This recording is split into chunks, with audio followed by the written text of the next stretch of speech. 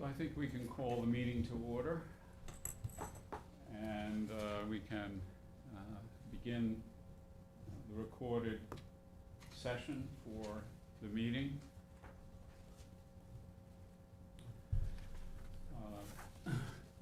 This meeting is called to order at 7:02 p.m. It is the June 20th, 2023 meeting of the Southampton Town Landmarks and Historic Districts Board. Present are members Stephanie Davis, William Hine, Susan Sherry Clark, Tim Ganettis, Jeff Gibbons, and Ed Wisnowski, and via Zoom, Martha Green.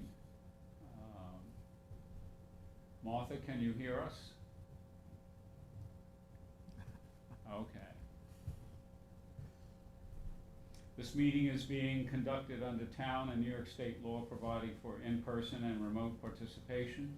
Individuals may undertake remote participation by activating the Zoom links found on the published agenda and at the town clerk's agenda and meeting portal. Viewing only is found by activating the live link at the top of the town clerk's meeting portal page. The online Zoom participation is being moderated by CTV. For comment on a particular agenda item, please notify CTV via the chat function so that comment can be made. Commentators will need to provide name, agency if relevant, and place of residence or business. So the first item on our agenda would be the meeting minutes of May 16th, 2023, which Stephanie distributed previously. Is there, after reviewing them, any comments or changes that should be made? I didn't receive any from anyone prior to the meeting. Hearing none, I move their approval. Is there a second? Seconded by Susan. All in favor? Aye. The minutes are approved. The first item on our agenda is a demolition permit application for 259 Majors Path, North Sea. This application is for this house that you see before you in this application. The property itself also contains a barn and a shed. I think it was once a horse barn. I don't know how recently it might have otherwise been used. The building itself is in pretty decrepit appearance from its exterior and interior portions. This was referred to us back in November of 2022 in reference to a planning board referral for subdivision of this lot, to which at that time we did not raise any objection. So it is now before us for an official demolition review. I see no problems. Jeff, you visited the site. Do you have some additional comment? Nothing other than I have no objection. You recommend there be no objection to it as well. Is there any problem with that as a consensus? No, I would just make the comment. We had a demo, is sort of right around the corner on 122 Henry Street. I think it was 2019 possibly. Mm-hmm. And this property, and there was farming going on, was Kavanaugh, Miniger, there was the horse farm area. And these just appeared to me, and I didn't see them just from the road, that it was some type of workforce housing possibly for that area. That's what, and I looked at the maps going back to 1930 was shaky. 38 shaky, and you don't need to look them up. Wasn't even really seeing them. There could have been a lot of trees obscuring it, but I don't think I saw Yeah, them. this is the parcel on Major's Path here, rather, deep parcel, but with the house in the front. So if there's no problem, we'll return the paperwork with no objection on the property, and that probably will be done in a couple days.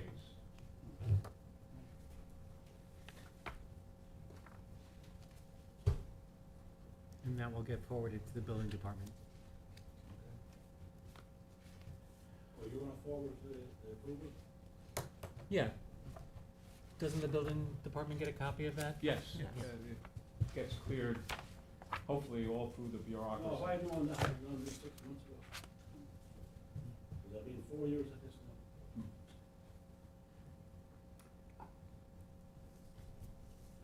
So, okay, anything, What do I have to do now, just wait for them? the building department should be issuing whatever permit for demolition when it Yeah. gets our response, paperwork. Okay. So are we good to go? Yeah. Yep, Yeah. you're good to go. As far as this board is concerned, Yes. Okay. you might have other issues with the building department, but Well, I'm sure there's more coming. Okay, thanks for being here. As far as we go. Thank you. Always can help Thank you. sometimes to know what's going on, too. Yeah. It's certainly an education dealing with this town. Thank you. You're welcome. Right, Thank for you. that. 453 Montauk Highway, Eastport, which is been subject to a report and historic report by Bill and Stephanie. Where is the?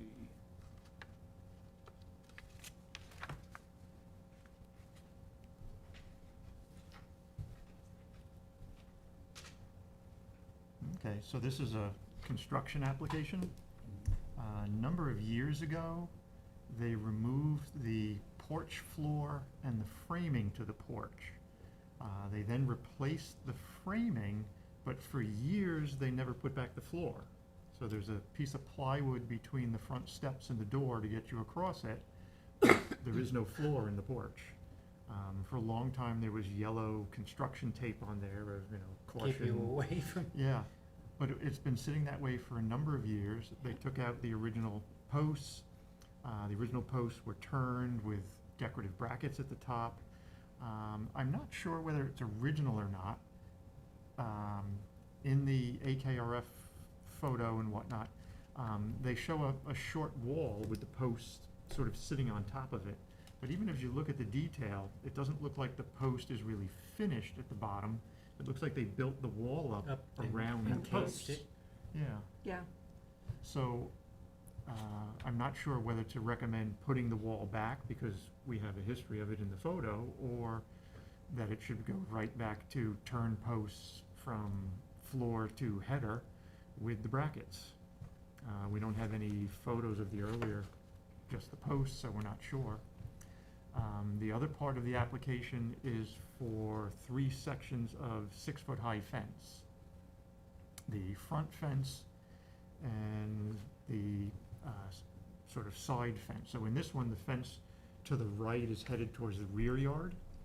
The one on the left is headed to the side yard. It ends at the side property line, but they don't continue along the property line. Then there's a front one as well that matches the one to the right here.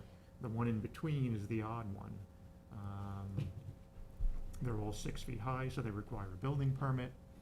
The house has an original CO as a 2-family house. So I think what the fences do is divide the yard Yard. up for different tenants or whatever, not so much to create privacy from the neighbors because there is no fence between the property and the neighbors. Between the tenants. Yeah. yeah. So on the 1858 map, there's nothing, no construction shown in the area. On the 1873 map, there are some structures in the vicinity, but without River Avenue to the right being on that map, or the railroad even being shown on that map, it's hard to tell whether this is one of those houses or not. On the 1902 map, it does show up, a dwelling and a small stable or barn, and the property is owned by D.D. Gordon, who also owns then 2 of the lots south of the railroad tracks that were early duck farms in Eastport. There's another Gordon family member who owns the lot in between the 2 south of the railroad. That's W. Gordon. I'm assuming a family member. The 1916 map shows that the property is now owned by Mrs. D. Gordon, and the lots to the south of the railroad tracks are now owned by W. Gordon, who now also owns the property directly to the west of the subject property. And he's built a house on that. The AKRF lists the house as EP3. They note it as 1860s. The Gordons had a duck farm on the west side of River Avenue, south of the bridge, and it appears to have been the last operating duck farm in Southampton after all of the others had closed down. It's also shown in the Hamlet Heritage Area Report for Eastport, Spion, Remsenburg, and West Hampton, again noted as the Gordon House built in the 1860s. The house appears to have had a lot of additions on the rear of it, but from the street, it's still, as long as that porch was original, it still seems very intact. So the sort of the L shape of the roof that you see there, the double hung windows with the 2/2 light cuts. I didn't get into, well, I did. Via photographs, I got into the attic. It's sheetrock, so you couldn't see any of the framing, but there appears to have been at least 4, possibly 5 additions on the rear of the house, and part of it you could see where it started. There was a brick foundation in the front, concrete block foundation in the rear. It does have the typical Eastport circular cellar in it. Typical?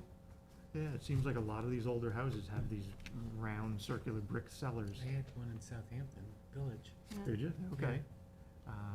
Yeah, you just passed the attic. The attic is sort of semi-finished, so you can't see any of the framing up there, so I couldn't tell anything from that. In the basement, there are, Looking for the basement. yeah, there you There we go. go. So that's the curved end. Oddly, the opposite end is rectangular, which is kind of odd that they did the one end curved and the other end square.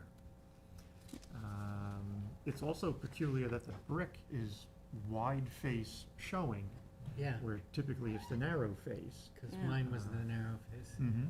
Yeah. So it appears that this cellar came later than the original foundation to the house. And you can see there the Sanford bricks.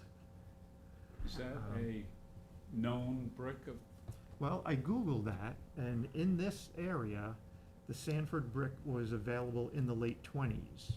So again, if this is 1860s, or even early 1900s, then it would make it seem that this cellar did come later. Yeah, most of those I've seen are circular ones. It seems like run into them a lot, and they all seem to be added later. I think the idea was you can dig a circle without the house foundation collapsing into Yes. the Yeah. basement. Yeah, there's always a space between it and the Yeah. foundation wall under the That was house. in my Yeah. house too. And a lot of times it seems that they dug this for the mechanical equipment, because when the house was originally built, there was probably no electricity, no oil-fired hot Right. water heater or Mhm. furnace or anything like that. Right, Yeah. mine was on the way to get to the furnace. Mm-hmm. Like you came down the steps and there it was. Yeah, so there's a very narrow stairs from the second, from the first floor down to it, little wooden stairs. And then as they did the addition in the rear, they did the masonry steps up through the rear of it. There's a lot of steel columns in here and a lot of secondary framing. Looks like they did a lot of things to try and help the house, for whatever reason, sagging or creaking or whatever, so there's a lot of repairs in it. The framing on the front porch is parallel to the house, which is typically the way you would frame it if you were doing a tongue and groove porch floor. So I'm hoping that that's what they're going to do, because it would suit the house. I have no objection to them completing the front porch. I would recommend that they do the columns and the brackets, the turn posts and the brackets, not square posts that they have currently in that. Yeah, currently it's just 4x4 square posts. That's too small.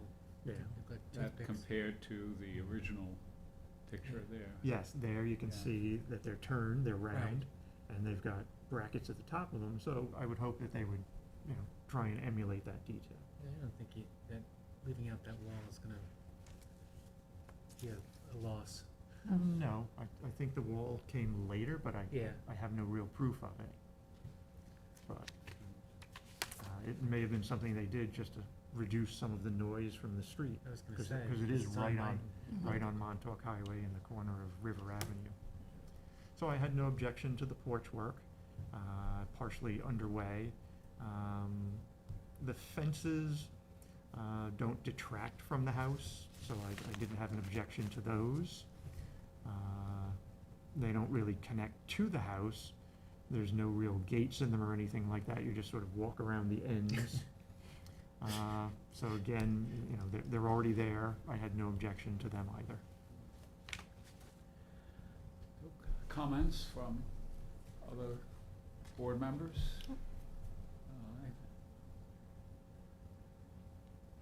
Well, in the absence, I think the consensus, we have no objection on following your recommendations, and would you be willing to, you were going to make the recommendation about the front porch columns Yes. and so on. If you would you make the response with that Yeah, recommendation? yeah, I'll add that to the tail end of the report, and I'll do the response. Okay, thanks. That's Thanks, good. Phil. Thanks, Phil. Okay.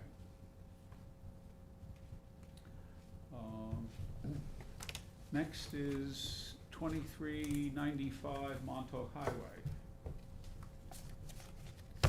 which Martha may have something to say about. I can try, but the sound is terrible. If you can't hear me, we'll let Ed speak. But this house was, this building, it was never a house. It's commercial property. They've asked for a sign, approval of a sign, which has been there for 17 years. Basically, Southampton's lost the file, and he's having to remake it, this chap. So he's asked for approval of this sign. They don't want to change it. And the building is was built in the 50s or 60s, so it doesn't really qualify. And Julie Green hasn't got it on her historical record for the preservation in Bridgehampton. So, he's having to do this because he wants to improve the kitchen inside.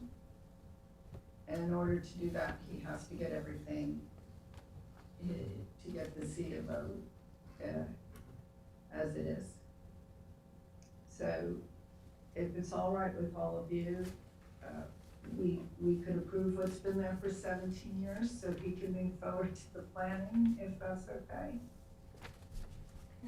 Yes. Yes. So, is that sufficient? Okay. The town did have the AYB for 1920, I don't know the The year. AYB on it is 1920. However, I have an aerial from July 1940. It does not show up. Okay, And as a resident of this community, I That's- remember it being a gift shop in the late 1950s. Okay. The gingerbread shop. Pardon? It wasn't it called the gingerbread shop? The gingerbread shop? The It- gingerbread gift shop. or It was a something like ginger, that. yes, gingerbread, Irene Ploger's gingerbread gift shop. And so I know it was there in the late 1950s,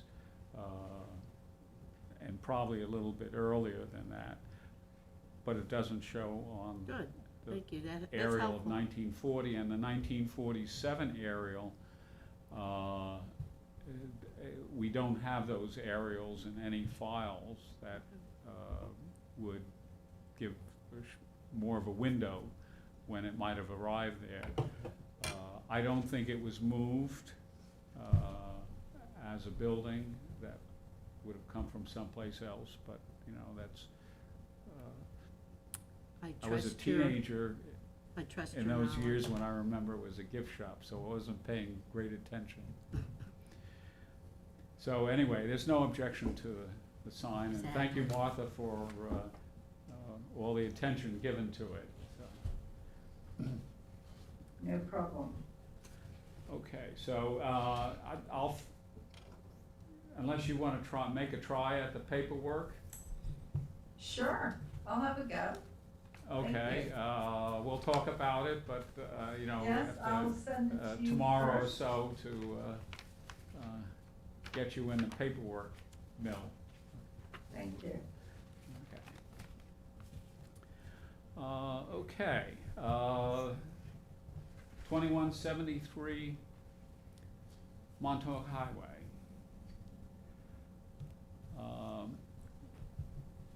We reviewed this previously for a building renovation. It was an oral review. It was a one-story house that was being remodeled with some rather modern features. And subsequent to basically the tearing out of the original house and the rebuilding of it, they also installed some things that were not on the original plans. Basically elements of outside architectural figures that are approximate a pergola addition. I went there to photograph it. These are the architectural aspects of it. This covers a subterranean area where windowing was allowed into a basement level area. This is another on the east side of the building that was not part of the original plan. This is that subterranean excavation to allow light down to the lower level. This is also another feature that was not on the original plan. This is the side facing Montauk Highway on the building. Again, another angle, again on the Montauk or north-facing side of the building. This originally is programmed to continue its use as a house. I'm not sure that that's the use that's originally is going to continue, but given the nature of what I observed in the interior. And the landscaping that was installed is natural in its character, not something that would be consistent with the normal grass and shrubbery context there. Where is this? I'm trying to place this, I'm You're completely baffled. This is in the prospective historic district of Bridgehampton. Do you have map at It all? sits across from the bank Let me where Curio give you, is. right. So, Where what is? what we have here is Montauk Highway. So this is Bridgehampton, this is the entry into Bridgehampton, the Bridgehampton Bank Right. on one side. And this is the property that's been remodeled. Okay. Basically, all that we are here to just review is what triggered the building department to say, you have to get this approved. And that is those pergola elements that have been added to the building. So otherwise, everything else is been previously reviewed and passed on. So with respect to just those elements, I don't find anything to, differentiate. It is that their application showed, if you look at their application, showed neighboring buildings were already beginning to be modern office structures that were constructed alongside it, and that represents basically the context for what they have done. Let me see if I can pull up there.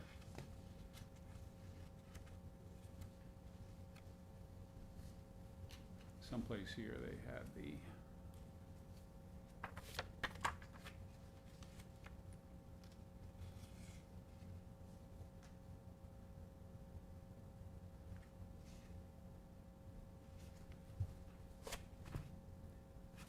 I don't know if the visual, wherever these visual images are loading from, it's very slow. There they go. That's, They're yeah, in the right. document, but they're really in the cloud.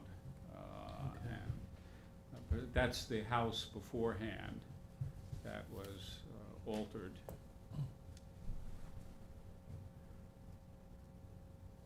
And these are neighboring buildings, neighboring office buildings to this building. So that's the architectural context, stylistic context for them.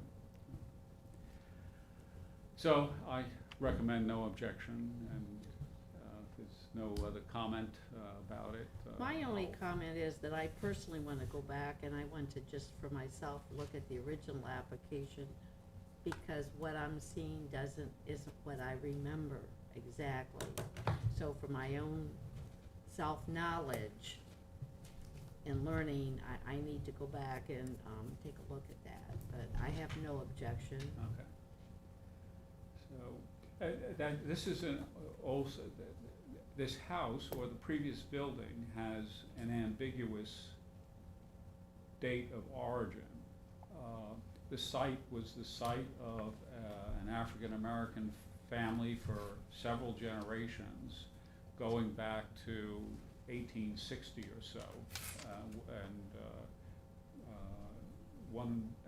I think one of the family's name was Rugg, R-U-G-G, and one of them was in the whaling industry, a sailor, back in the 19th century, and the last remaining Rugg was Roxana, or Roxy Rugg, as I recall, and she died maybe 1905 or 1908, and then the house was bought up by somebody else, and it had a fire in 1920s that took place. I found no evidence of it ever being rebuilt, as it just says the house was damaged by fire, and then subsequent people are renting or living in the Rugg house on Montauk Highway. So the origins of the building, I can find no trace of, as to its specific history there. And the other aspect of the house, it served as an art gallery for about 40 years. As artists settled out into the Hamptons, gallery owners or people who would broker the various artworks to their clientele in New York settled in and around the Hamptons as well. And for about 35, 40 years, this was the Clayton Liberator Gallery. And it was a house. Clayton and his niece Liberator, Mary Liberator, lived there. And the house was full of paintings and prints from artists around, and you would have to make an appointment in order to get a viewing, and they managed to make their sales to keep themselves in place in Bridgehampton. So, and that lasted to about 1987, 88 or so too. So, anyway, that's somewhat of the history of the building beforehand. Okay, so no objection, and I'll work on that. 6 West Montauk Highway, Hampton Bays, is a proposed renovation for a commercial building on Hampton Bay, in Hampton Bays, in the center of town.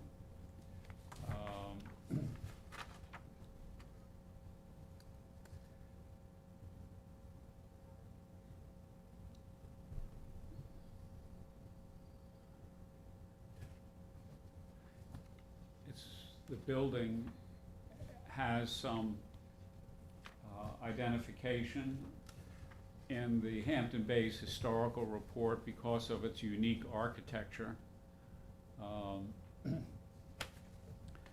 It has served as a restaurant as well, trying to look for a good picture of it, if there is one here.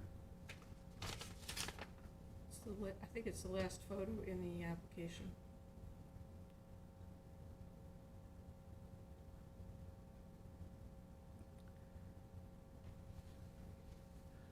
Is that There, Gators? yeah.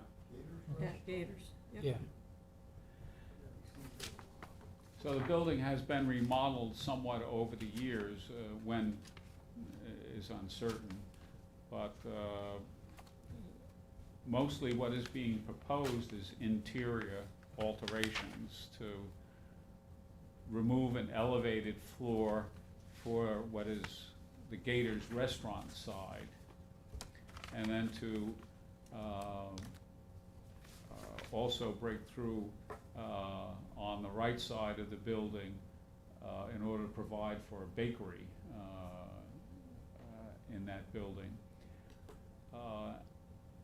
As you can see, the first floor has already been altered with respect to the foundation elements of it.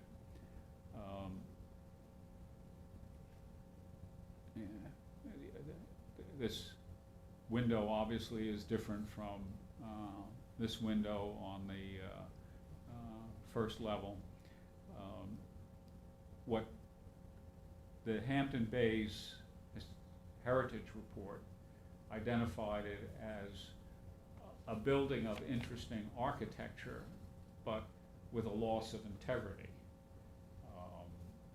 And that's because of the previous remodeling that took place.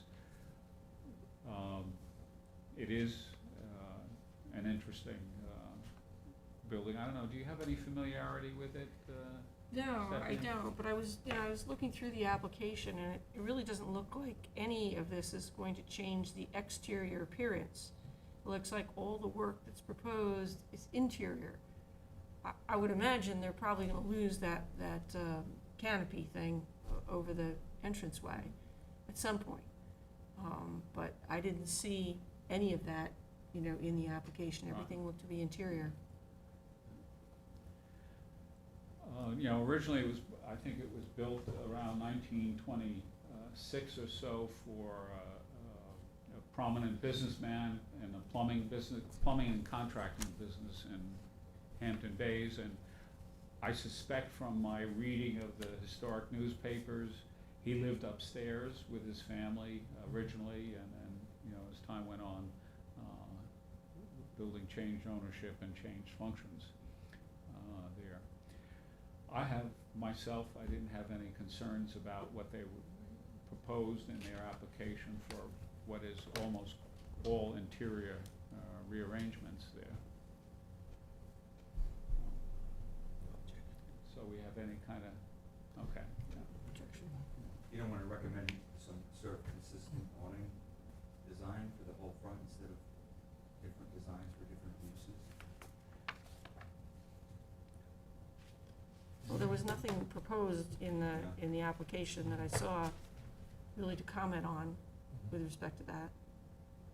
Is Gators still operating? No, I don't think so. I No, think it's yeah, it's been closed for a gonna while. be changed into probably another bar for the resort clientele for Well, the community. Yeah. Perhaps, yeah. Is that a 2 or 3 story building? Looks It's like It 2. could be 3. Well, it drops down in the back, and Okay. you gain some, you know, things that are Let's see if we get- below grade here are become evident in the back. Yeah. But you can see the roof also drops down in the back. Yeah. Yeah, it also sits to So another it had higher famous towers? building right next Yes. door, so Yes. on the corner, It just which seems goes kind of down a hill, weird.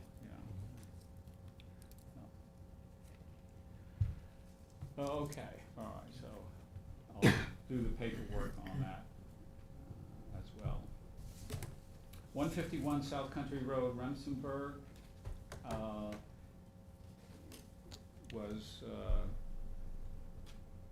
screened for review, and we decided that there was nothing significant there for a review for us to spend any further time on it. So we passed that back to the building department on that basis. Certificate of appropriateness discussions, we don't have. We have the Governor Dick's windmill under another topic, but we can put it here in order to Yes. accommodate Should have been up there. Larry here. So why don't we go after that?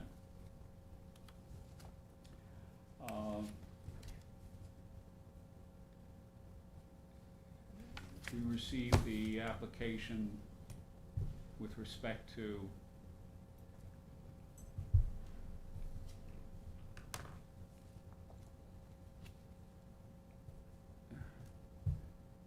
the Dick's Windmill now, and as of June 1st, the IMA was complete. Yep.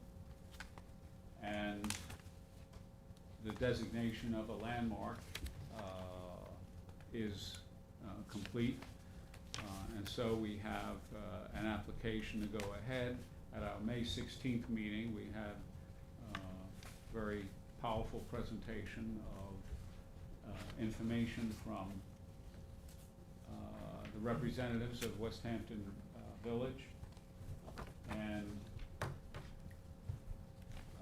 there were some remaining considerations to be dealt with, and Bill Hine has outlined them in a missive which we have. Bill, would you want to run through them to identify them, and perhaps Larry, if you want to provide the information or discourse, do it from the podium there. Should I say who I am? Yes, why Yeah, don't you? Larry Jones, Preservation Consultant, West Hampton Beach. Okay, so I created sort of a letter with 3 sections, one portion confirming items that we had spoken about last month and agreed to. Second group of items that could be moved to a future COA, and items that I just felt needed addressing for the bidding documents. So I confirmed that there was no insulation, heating, or cooling in the building. We had spoken about the wind shaft being either ironwood or white oak, and we approved either one. The sail frames we approved as mahogany. The main door into it is a 32-inch door, and we approved 36 inches wide for better access to the building. We approved traditional-looking storm windows. We approved reusing the existing windows, but there was discussion that as the project moved forward, they may need to be replaced. Yeah, And- we're pretty, well, one or two of them are missing, but Okay, it looks like they're from the 1950s, at least about 3 of them. So it'd be, we have a firm, or we could put in our specifications, architectural components out of by Deerfield, Massachusetts, that mm-hmm, might do a very good reproduction windows, handmade. So would like to go that route if we could. Mhm. I think, and they'll all match and they'll go in very nice and clean, I think. okay. But one thing on I don't know, should I chime in here as you go down the list or no? Yeah, because I otherwise. mean, I don't wanna yeah. hold everybody up. That wind shaft, it was 2 colors at different times. The shaft was one time red, which apparently the roof shingles were, and then at another time, it was trim color. We have photographs that show up like an off-white. So it really could be the one we're sort of leaning towards the off-white, so we can keep an eye on the condition of the shaft more easily from the ground. But Okay. so that's all. Mm-hmm, okay.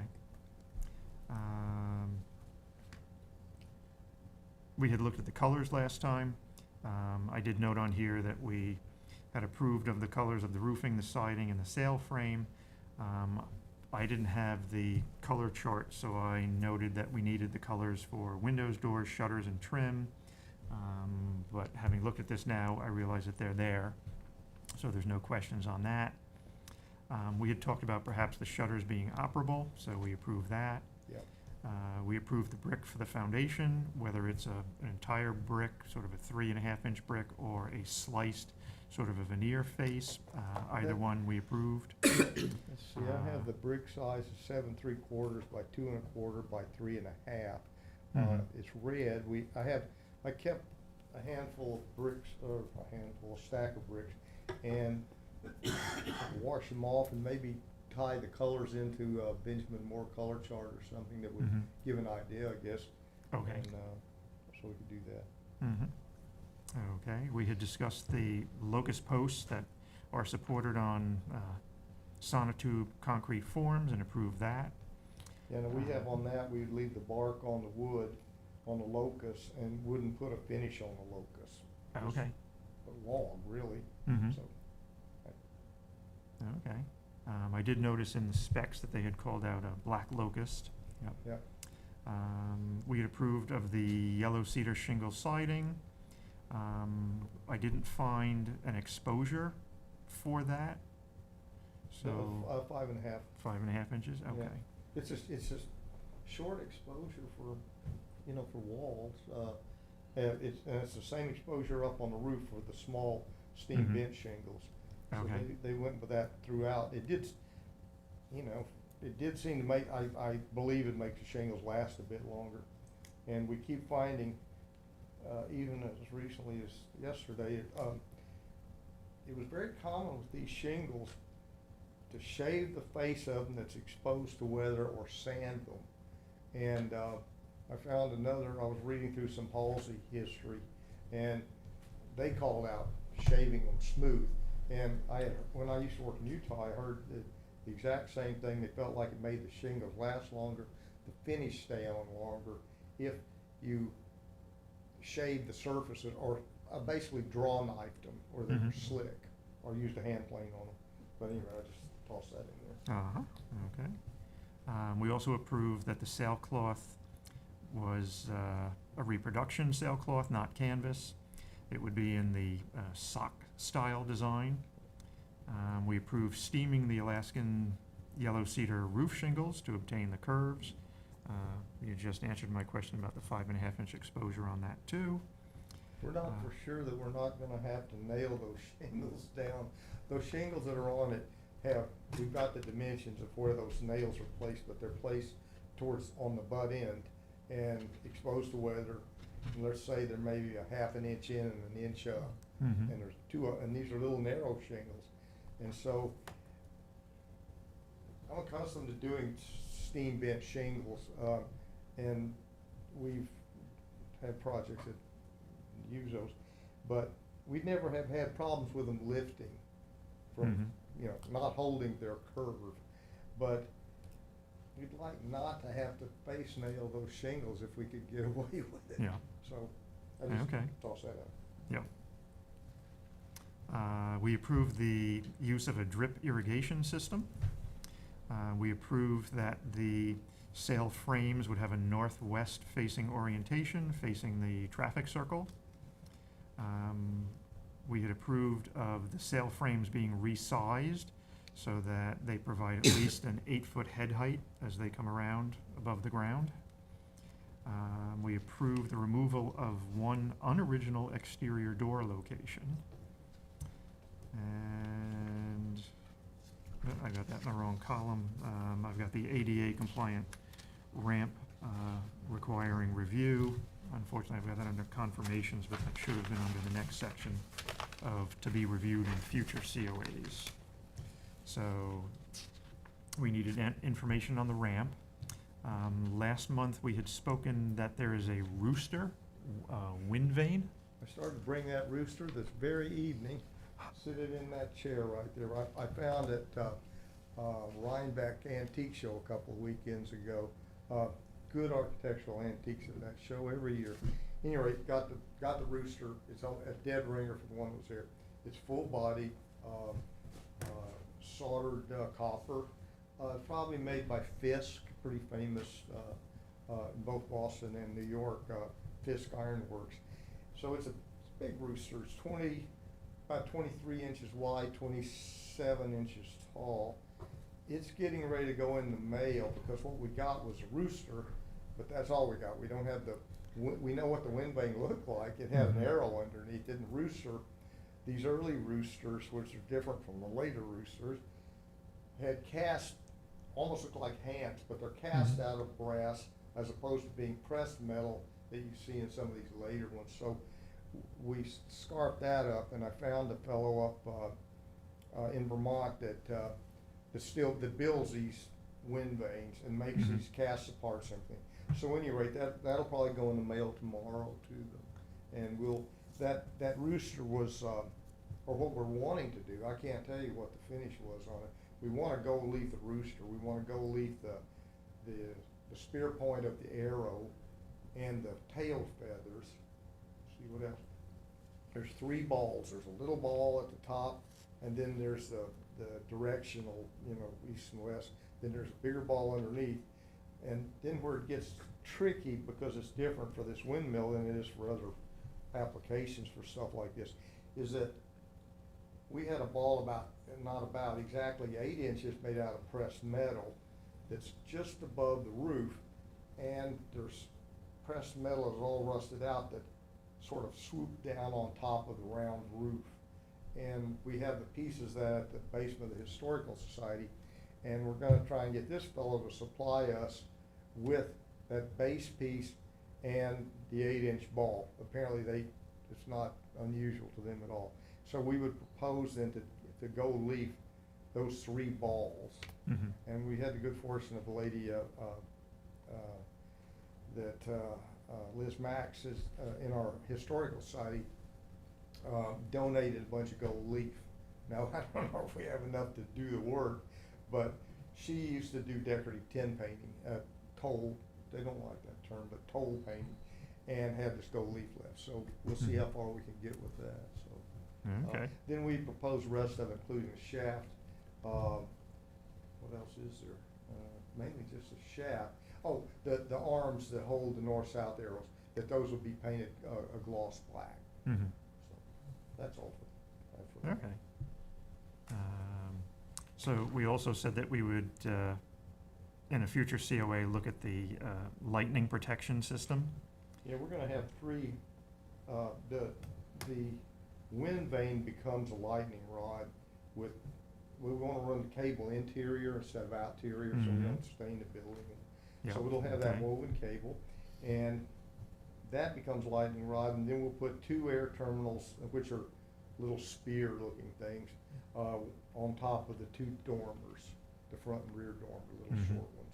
And that'll be it for lightning protection with them. Okay. So we also need to then discuss in the future lighting and illumination, and any landscaping and hardscaping. I think the window door drip caps and things are easy enough to do. Oh, and then again, discuss in the future exterior signage. And we'll supply details on those. The caps on the doors are really pretty traditional, if you think of it as folding paper over them. On, let's say, a little half-inch height of the drip edge, you fold the copper down, and then you bend it around on the two ends, single nails go in each one of them. So Mhm. that's what we'd be proposing to do there. Okay. We're gonna have, but we'll have all that on the drawing. We Mhm. can respond to all this good stuff. Okay. And, you know, where did that go? It was on the other one. Do you have in here about the valley flashing? Previous Um, page. Or Yeah. open or closed valley? Did I miss? It's on the other. It's on the other Yeah, page. number 13. Okay. 13. Yeah, that's on this one, I guess. Yep, yeah, so lead-coated copper flashing. Yeah, but you know And- what we'd wanna do is it had closed valleys on those little dormers, Mhm. where the shingles, didn't have an open valley where you see the metal.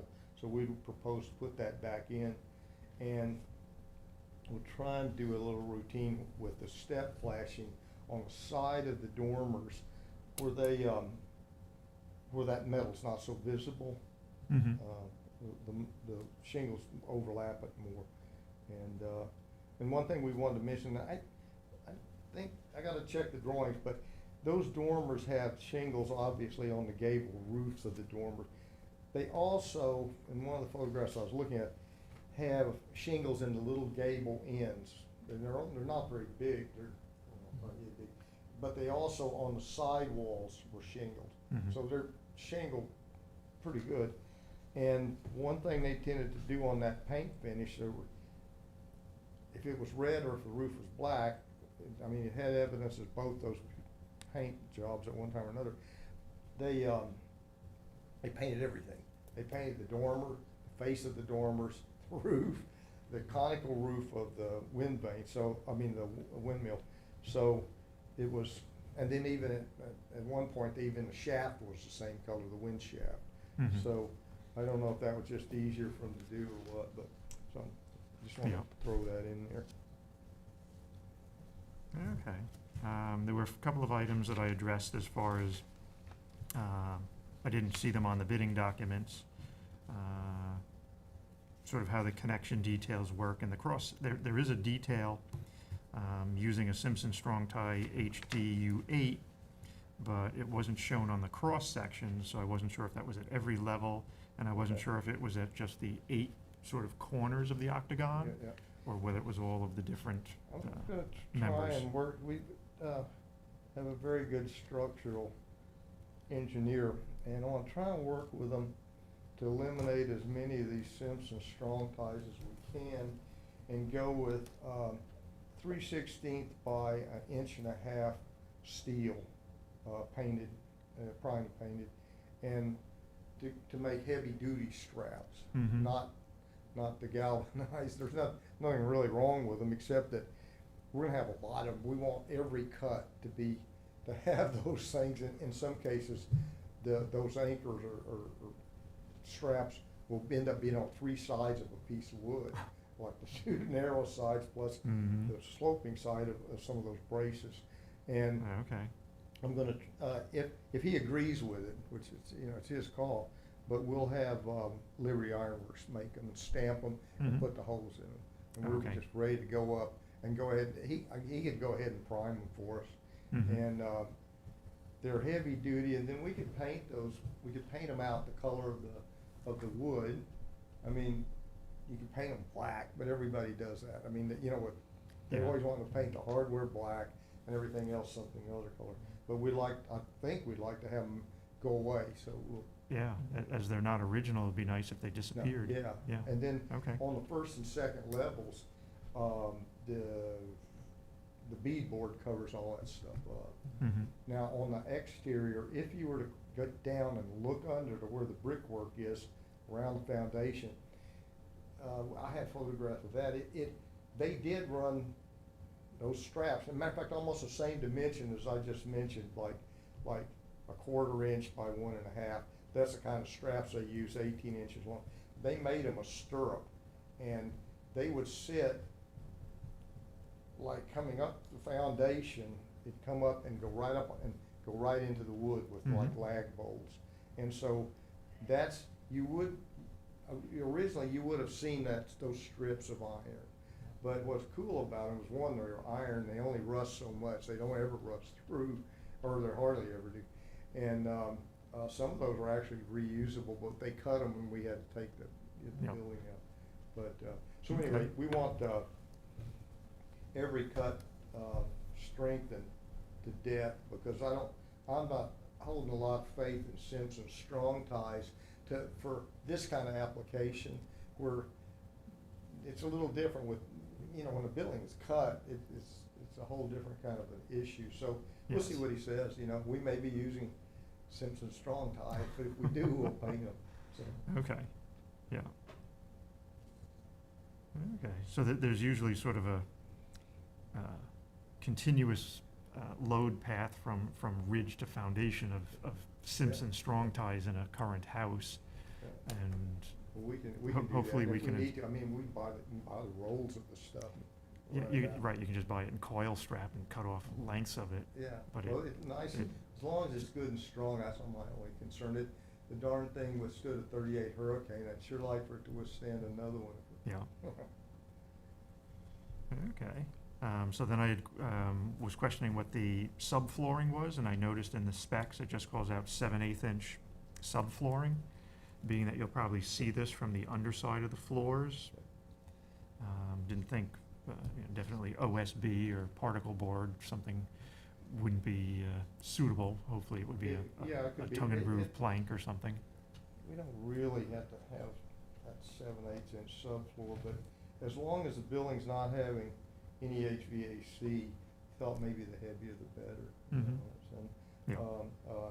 Would, really, if we got the chance and could afford it, would prefer to go with straight grain fir Mhm. flooring. It's almost as hard as oak, and it's really bulletproof.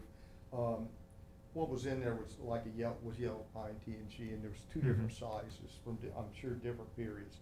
We had those dimensions, and we can match those. They were painted. One of them, the first level one, was stained and varnished, and then it was painted. And we have a specification for one of the country's older stain and varnish manufacturers. So we propose to use their stuff. We're using it in a museum house in the Foster Meeker House at the historical site. But that stain is buffed on, and then it's tung oil on top. Mhm. And it's 2 or 3 applications of tung oil, but we love the tung oil because in high traffic areas, or any areas, I guess, if it gets scratched, you can touch it up with rag, Reapply wipe it. it off, Mhm. and it looks just, you can't do that with polyurethane, you have to sand it all off. Yep. So that's what would like to use that here. Mhm. Okay, so then I was just wondering what the framing materials were and how they'll be finished inside. Well, on that framing, we'd like to use white oak, and we want it reciprocal. My mouth do that. reciprocally sawn, an up and down saw marks on the wood. Mhm. And, that's what's in the building.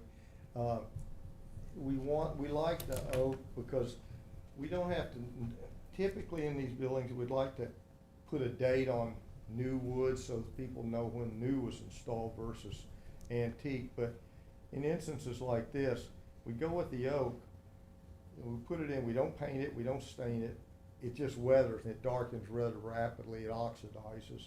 So, that's what we'd like to do here. The saw marks almost identically match our, friend over, now I can't think of his name. We use a sawmill, a man that sells potatoes and stuff at, you know that guy?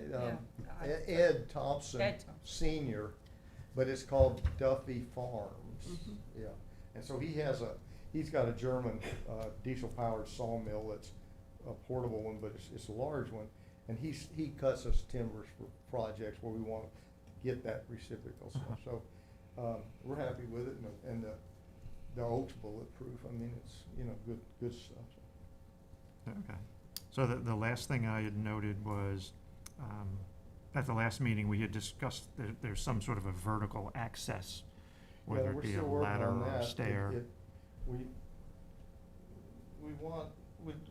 We wish we had a bigger interior space that we could have. We don't have evidence of what the ladder was or the stair that was in that windmill, but we know from BB and some of the other mills that they ran the stairs around the wall. They were narrow, but they were cool. I mean, they Mhm. worked real good. You didn't break your neck going up and down them if you were careful.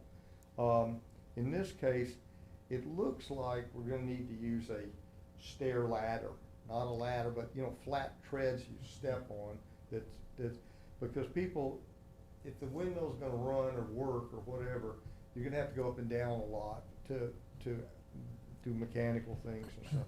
So we'll figure out a way to mount those, but we only on the ceiling of the second level, we have a vertical access cut there, and we'll maintain that one. And then we have to figure out one for the first level. And we're trying hard not to screw up our walls and, on the first and second level, because we really want to have good exhibition space. And, so we'd like to be able to, we want to show the history of windmills, among Mhm. other things. But, there's more, like everything else, there's more to them than what you would think. And so it's kind of fun that we think people enjoy it.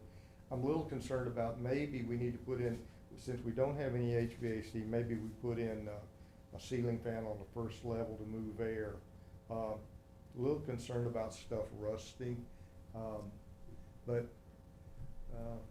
the mayor brought up a good point. If it's not insulated before, why insulate it now? And then if we don't put in HVAC, we don't have the boxes outside, the ducts and all that other stuff. So, and then, one last thing before I forget, and then I think I'm all done here. That item where it said clarification down there, item on page A502, I don't know what that is. It's not even a good molding. Anybody that knows how to draw moldings, think it doesn't have those two humps like that. Viewport error on the CAD drawing. Yeah. Yeah, it's just, it was like somebody doodling or something, I don't know. That's right. Where that- Yeah. Yeah. Anyway, Yes, there it is. Yeah, there it is. Yeah. And, it's a terrible molding, and it never had those two big, you'd have one little half circle and maybe a bigger one, but nothing like that. So anyway, that was a mistake. And the last thing I want to bring up we didn't, on our drawings, and we gotta put that on our drawing, is the base of that windmill has 13.5 inches of clear space from the ground to where the shingles start. This is on the outside, not where the brick foundation is. But, so there is lattice work that goes in there, and it wasn't shown on the drawings. And before we get too far along with the landscape plan, we want, it'll be 9.5 inch exposure of lattice, little wooden lattice work. And that was to let air in under the windmill over to the brick clad foundation and through the vents to keep the structure dry. And we want to make sure that our our friends at LaGuardia, landscape design, don't see, it doesn't show there either. We don't want plants in front of that lattice work, it'll rot it all out, and you just leave that clear, and then people can see into it and see how it works and stuff. So, what a nice drawing. Okay, that's all I've got, unless you guys, if there's a question or anything. Nope, that was it. Well, thank you. Wow. Do we have questions from others on the panel here? So, Are some of these changes gonna be made to the plans that were submitted, or They how? will be added to. They will be added to the plans. And the specifications, including the paint colors. And we're gonna have some detailed drawings. We'll have that lattice work I was jabbering about, that'll be on there, on the drawings. And then also we wanna see as little as of the flashing as possible. So what we do see, we wanna paint out, but, cause I know what you mentioned here about the flashing, we think it's real important, but we like to use drip edge flashing around the perimeter of, the little dormers, around the perimeter of the conical roof, main roof of the structure. It extends up about 6 inches into the shingles. So any place like that we can use flashing to the advantage, we'll definitely have all that stuff shown. And the only thing, like the landscaping plan, the ADA, the access, the ramps and stuff, we just don't have it drawn yet. We can't, our landscape architect is busy, everybody else has gotten their job done, and we want to encourage him to do his. Yep. so, well, there are a couple of aspects we, like to get the village of West Hampton Beach mobilized to begin dealing with the potential reconstruction involved. Town code provides that we take into account the Secretary of Interior's standards for the treatment of historical buildings, and there are various categories for the treatment, restoration, rehabilitation, and one of them is reconstruction for the buildings. The standard that is there is from 2017, the last issuance, and the standards for reconstruction are stated here from the Secretary of Interior. Some of this does not apply in a sense because we are on a different site. Reconstruction will be used to depict vanished or non-surviving portions of a property when there's documentary and physical evidence available to permit the most accurate reconstruction with minimal conjecture. And I think we've seen a lot of evidence of trying to see what was originally there and look at how it operated, including even excavating underneath the original site in order to find relevant materials for this project. This is not a reconstruction taking place at its original historic location, so number 2 is kind of out of consideration. Reconstruction will include measures to preserve any remaining historic materials, features, and spatial relationships.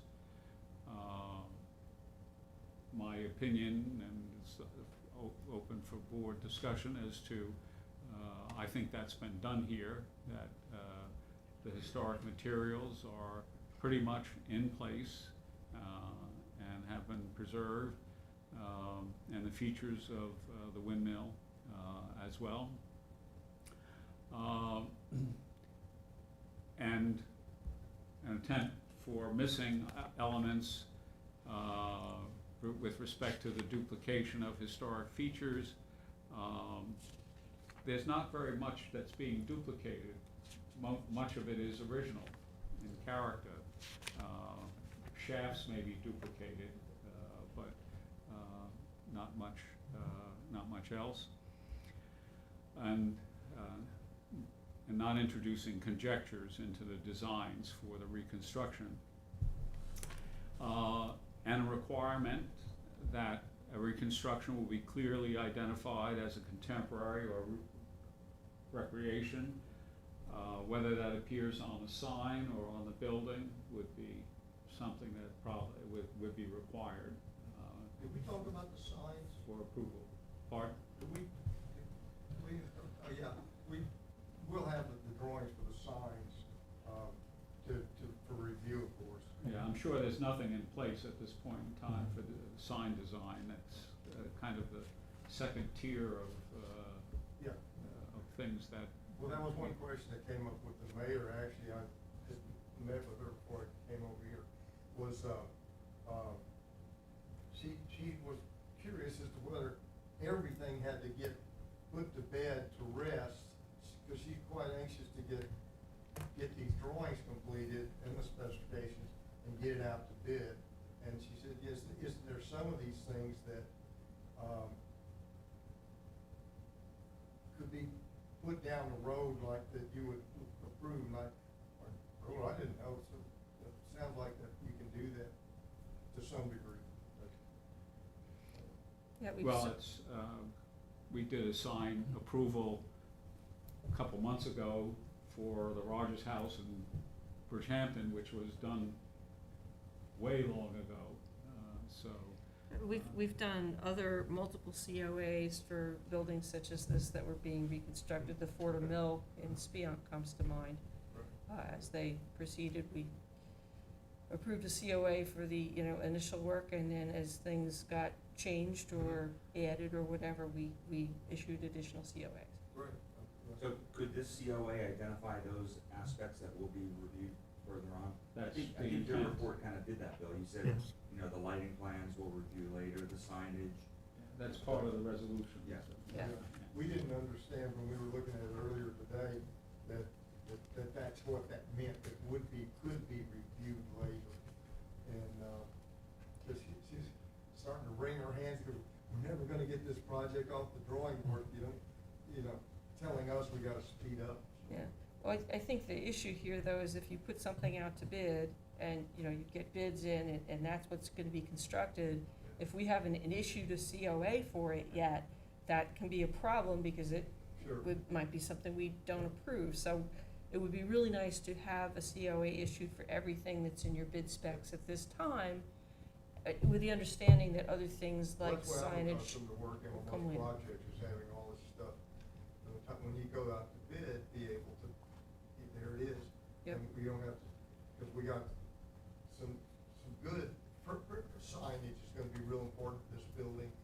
Two kinds, one for whoever's gonna be using it, like the historical society one weekend, or the chamber on another. So how could they put up their signs and not compete with one another, or have a place covered with signage? And then the other issue was, we want permanent signs for like John Adams Dix, who was he, blah, blah, what's the date and the history and all that.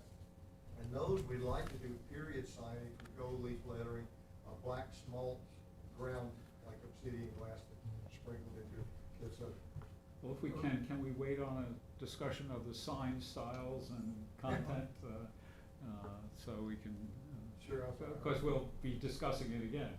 Yeah, and that's not part of the bid package, correct? well, I'd like to get it in as part of the bid package, but, if it's gonna hold us up, we need to go ahead and not put it as part of the bid package. That might be the better way to go. Yeah, okay, good. Yeah. Same with lighting. Light- Same with lighting. Yeah, things like that. Same with landscaping. And, well, we're gonna have to deal with ADA though, as part of the bid package, the initial bid package, I would think. things that we plan to do is to put Bill in charge of communication and Okay, approval as issues like that come up. great. And he would be the person to whom either the mayor or Okay. representative would be communicating, and he would be in a position to do whatever discussion, negotiation, and approval needs to take place. And if there is intractable division on an issue, you know, flush it upstairs to the landmarks board. Sure. Okay, maybe flush is not the right word. So, Elevate. Yeah. Yes. So, with that in mind, these are the standards. One, I did prepare a resolution for board consideration tonight, and if I can find that. Oops, that's not the one.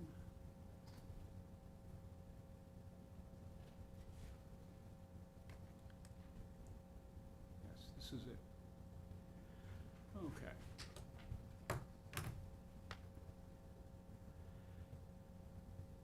Let me just read it for the content. Whereas the Village of West Hampton Beach has applied for a certificate of appropriateness from the Landmarks and Historic Districts Board for construction work for a structure known as the Governor John Adams Dix Windmill located at 35 Main Street, West Hampton Beach. And whereas by virtue of an intermunicipal agreement between the town of Southampton and the Village of West Hampton Beach, fully executed June 1, 2023, the structure has been designated by the town board as a Southampton town landmark and afforded recognitions, obligations, and benefits associated with designation.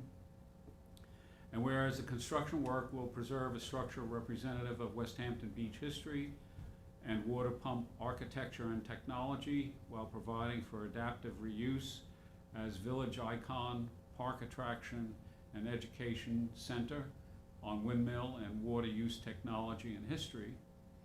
And whereas the construction work for the Dix Windmill was presented at the Landmarks Board meeting of May 16, 2023 with elevations, visuals, narratives, and subsequent video simulation by representatives of the Village of West Hampton Beach. And whereas Town Code provides for guidance from the Secretary of Interior Standards for treatment for historic properties in Landmarks Board review of construction relating to landmarks, and by reference to such, the Landmarks Board finds the proposed reconstruction is consonant with the historic appearance and the intended adaptive reuse by the Village of West Hampton Beach, and within the scope of the Secretary of Interior Standards for treatment of historic buildings. Now therefore be it resolved that the Landmarks Board approves the work in general, subject to reservations as itemized for further approval. And be it further resolved, the chairperson is authorized to issue a certificate of appropriateness for the work described, modified with respect to future approvals, and to forward the certificate to West Hampton Beach and the town clerk pursuant to code. And where are these itemized further approvals? Well, we're going to have Bill's list for. So you're gonna incorporate Yes. them into the resolution? Yes. Okay. Yeah. And I would also recommend that you reference the actual town board resolution date where they conditionally designated the landmark. Okay. Just that for was, historic purposes, when right. people are trying to figure out the timeline. If, I will add that to the, Would be in the second whereas. right, okay, where the designation took place. Yeah, the actual date of the Yeah, resolution. yeah, okay, so it'll be amended in that way as well. So I will move the resolution for approval as modified by the need for approvals as outlined by Bill. Is there Second. a second? Seconded by Stephanie. Is there further discussion? Hearing none? All those in favor say aye. Opposed? Nay. Martha, are you there? Martha is aye. Vicky, are you there? I saw that you had signed on, but I'm not sure you have been fully admitted. She mouthed aye. And she waved her hand. Okay. Hi, yes, I'm here. I think if they're. Oh, I hear you. That's Okay. Vicky. They're supposed to have their video on all the time. Yeah. Okay, there we Oh, go. Vicky's here. Ah, there you are. Ah, All right, thank you. Okay, there's Thank you Vicky for- also.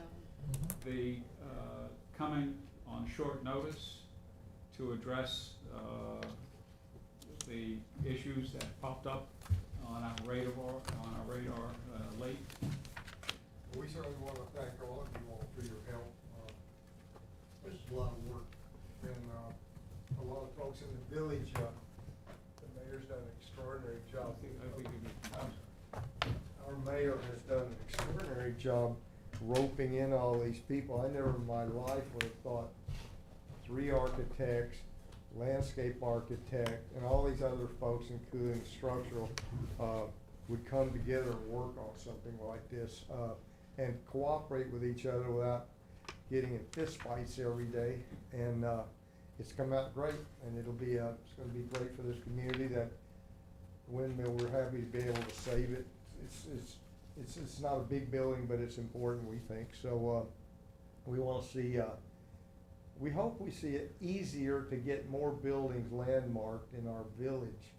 I know, Stephanie, we've been yapping about this forever, but at least some of these buildings are getting landmarked by hook or by crook, and that's really what this was. And again, thank you all very much. We appreciate your help and your attention and your patience, really. Well, I will say also that your mayor has been pressing my button often in order to move this along, so. She's a type of person who likes to get things done, so, but we all do, that's what we're here for, so. Well, it's been helpful too, and, It's great fun, it's a fun project, and once it gets under construction, it'll be real fun for everyone to see and to take little hard hat tours of, and things like that. And, I don't know how that windmill, how it's gonna pump is still a slight mystery, but we're gonna make it work. There's a mechanism that we're working on now, and we can't have the thing going off the rails when the wind picks up, so we'll make it work. Thank you all. okay, all right, thanks, Thank Larry. you. Okay, certificate of appropriateness, their referral from the planning board for 27 Lower 7 Ponds Road was made. I don't know if you had any thoughts on this, Susan? Yeah, I did. I did make a site visit because of course there's no construction or demolition proposed, but as it's been in the hopper for a while with the planning board, there appears to be 8.5 acres, a 2-lot subdivision, and of course it's near a pond. I think that used to be Darby Pond, Phillips Pond. The interesting thing about the house, you can see it from the road now if you're on Lower 7 Ponds Road. It's on the northern side. But for a number of years, there was a 6-foot plastic fence in front of it, long, and it really blocked the view of the house and that whole area. And at some point, it was either for sale or it's when they were doing the subdivision, the fence came down, so you can see the house on the road. It appears to be a cottage with green shutters. There's some real estate pictures of it. I think the AYB, I have it on the computer at home, was 1930. But looking at the maps, I'm not even sure. I'm not seeing it on the 1930 map, 1938 even, shaky. It's there by 52. I have, from of course the historical resource perspective, no problem with the subdivision. However, if that house was to be demolished, I would like to have it come back for us just so we could do the interior, site visit to make sure, because that area is part of the Polish town. The Benedicts had a number of houses moved there that they used, for workforce housing. This appears to me to be more of a summer cottage cabin type house. But I think, would be nice to see that in the future if need be, but I have no problem with. Is there any other concern to be expressed by that? Well, and I have no concern, but if it's a Okay. demolition, it should be referred Back to back us, for just further so we closer can, study. And if you would yeah, I will, respond to the planning board with Yeah. that advice, I'll do that. okay, Okay. thank you. That should go to the building department also, because Yes. send it to I- planning, building's not gonna Right, know yeah, that you asked for it to come to them when there's a demo. right. Okay, They'll I'll just send see it, that it went to landmarks, and they'll be, oh, okay, it already went to landmarks. but they won't have letters, but anyways, I'll, usually in those letters, we note this, for further, please re-refer, usually we put that in the, written section, but I'll do both. I'll make sure the building Right, department. but your gets it. letter is gonna go to the planning board, and the demo's gonna go to the building department. But we They're not don't, gonna- right, exactly, so I will make sure they Just, get it you and. know what, the best way, ask that Renee send the report to both the building department and the planning board. It'll be a response, not a report, but yeah, I will do that.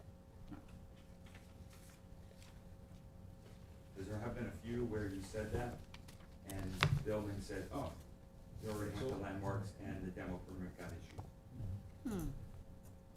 Okay, So, okay, we have pending landmark and historic district applications. 11 Walnut Avenue. Do we have anything? We're not prepared to go over this in any detail tonight. This was an application that we reviewed recently for construction, and then the applicant came back to us and wishes to landmark. This is one of the applications where they are very interested in historic preservation easement from CPF, so they would like to pursue this sort of parallel process here that we have done with other properties where we review, we make a landmarking recommendation to the town board if appropriate, but then we hold the process at that point while the applicant pursues getting an easement offer for historic preservation from CPF. So that's the applicant's preferred pathway. Bill and I made a visit to the house.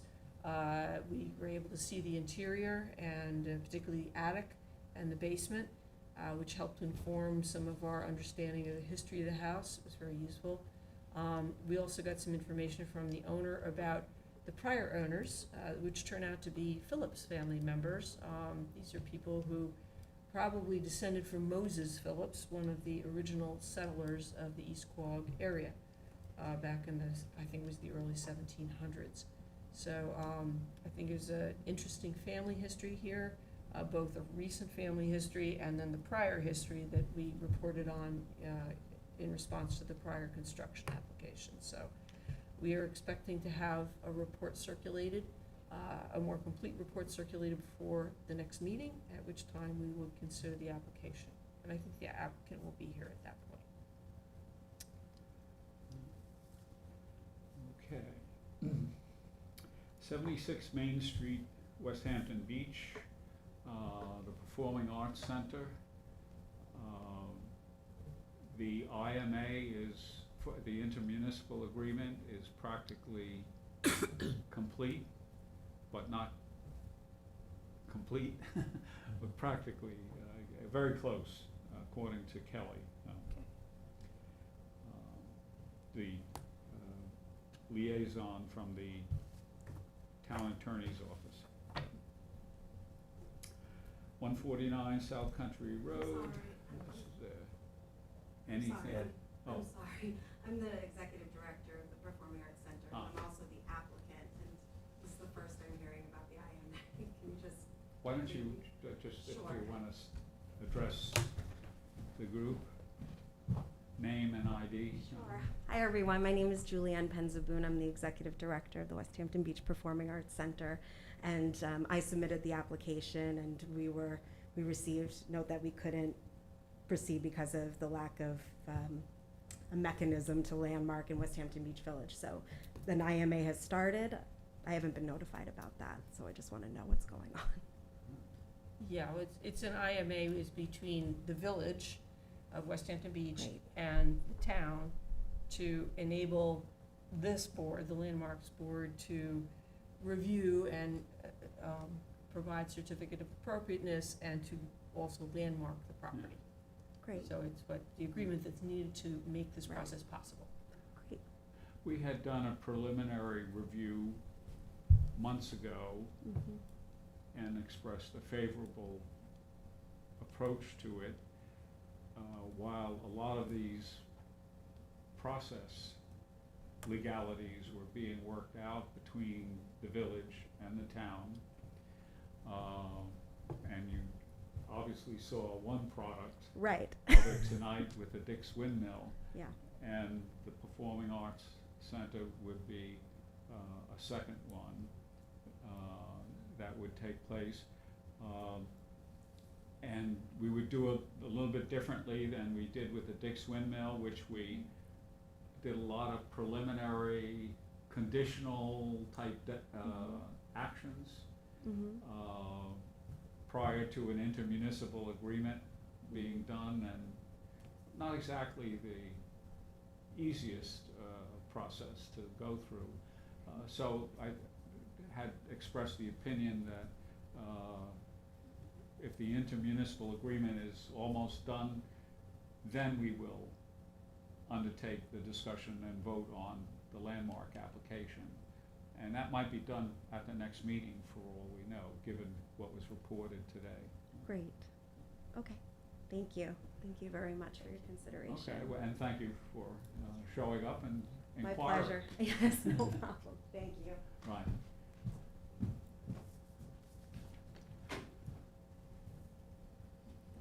So, okay, the South Country Road, Remsenburg, We're still That- waiting on CPF to come up with, you know, the appraisal Appraisal, for the yeah. facade easement, so, okay. no, nothing new. Okay, we did the Dick's Windmill and Bridgehampton Historic District, Phase 1. For the last 2 weeks or so, I've been in communication with Julie, and today to make our documents more in conformity with respect to what's listed as, and what's mapped out as the prospective historic district for Bridgehampton. And it's been an effort to try and make it as easy as possible to get public access to the documents once they're available. Julie sent me could not be here tonight, but sent me an email that she expects within the next day or two, that's going to be posted on the Landmarks webpage. And then the only thing remaining is for a kind of explanatory document to be posted, like a frequently asked questions about what does a historic district mean for the curious who will be accessing or interested in the documents, the application. And once that's in place, then the movement to transmit the recommendation to the town board would be in line. So that's the status of that at the moment. So, okay, other matters,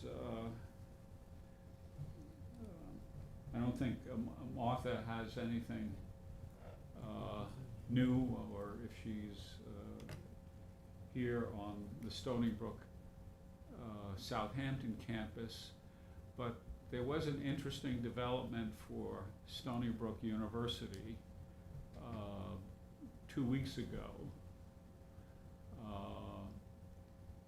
it received the largest donation of funds that a college and university in the United States has ever received, $500 million. A commitment for $500 million from what was a former mathematics professor on the campus who went into mathematical modeling of investments and made his fortune there. I believe his last name was Simon.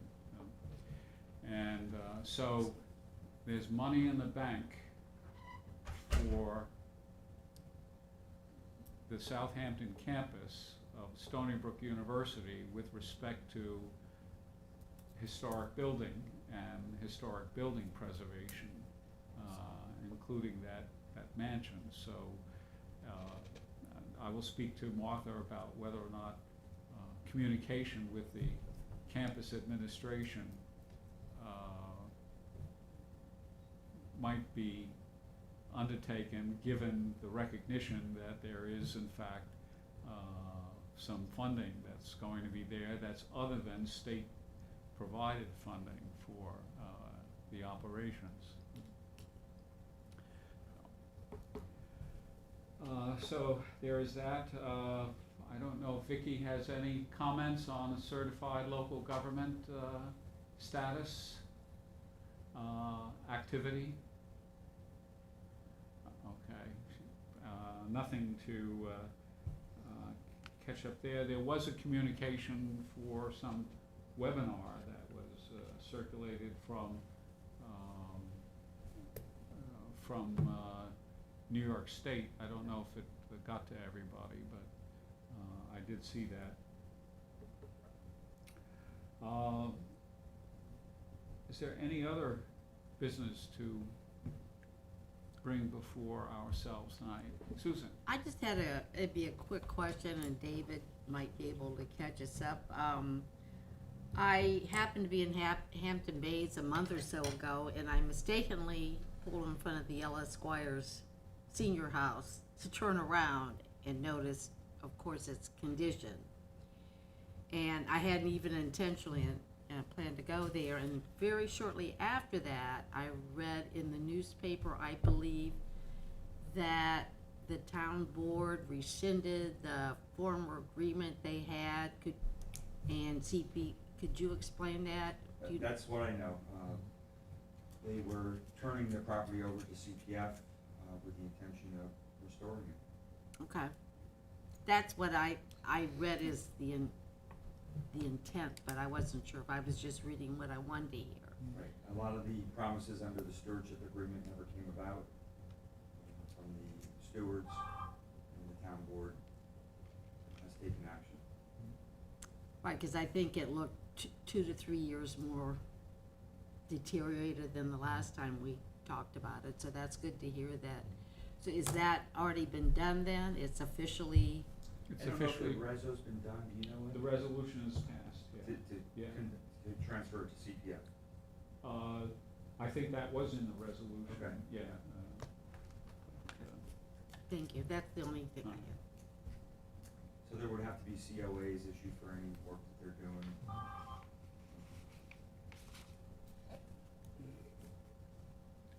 Do you wanna bring up the Diamond Barn, Dairy Barn? Yeah, I think Jackie's tentatively setting up a site visit for a week from Friday the 30th is what I heard.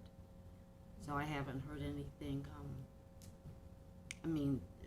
Vicki, I think, I don't got know that if also. I think I just only CC'd you and Vicki and Ed. I don't know if the rest of the And, board knows. okay, maybe Ed did you wanna explain that, about the What- Diamond Barn?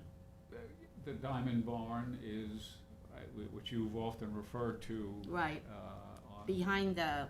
It was behind the landmarked, now moved Diamond Right. Farmhouse. Right, so the owner is interested in getting it landmarked in a CPF easement for the property, and had been in contact with the Community Preservation Department. and the Community Preservation Department indicated you have to be landmarked. So that has set up this initiative where a visit to the property and the site and that structure is being entertained, not firmly set, but maybe June 30th. Yeah, that's, For both CPF and landmark interested persons. Vicky and Susan have both expressed interest. If my schedule allows, I may show up too, and certainly anybody else who might be interested in it is, you know, Could you let we'll us keep know the time? we don't know the time. No, I said, could the you let us individuals know in the the time? loop. Sure. Yeah, Site- just let us know. Okay. Sometimes that Friday. So either Susan or Vicky will circulate the latest schedule date for any opportunity so that if others might want to examine. I think Jackie indicated Monday, Wednesday, or Friday, you know, how it shakes out, and it ended up being Friday. It's it'll be a renovated barn. I think I've seen some interior I structures. have done You some had- preliminary, Yeah, you had circulated some interior pictures. because they one had time. a different AYB on it, that Yeah. 1950, whereas actually it's a like 1897 barn, as far as I can tell. I mean, there've been references to it, in that one book that I read by Artis Ferrante. But anyways, I can circulate that ahead of time, also prior to, that site visit. But then, since I did that in 2018 or 2019, there's a lot more research, so if you read 14 Flying Point Road, it would include the barn. There was a picture of what it looked like, I think, in Marlene's book also, when it was a working barn in progress, so. So, okay, well, we'll see where that leads. There have always been leads down the CPF path, but they have not always led to a conclusion. So, That's the only reason I didn't bring it up myself, but that was fine that somebody else did.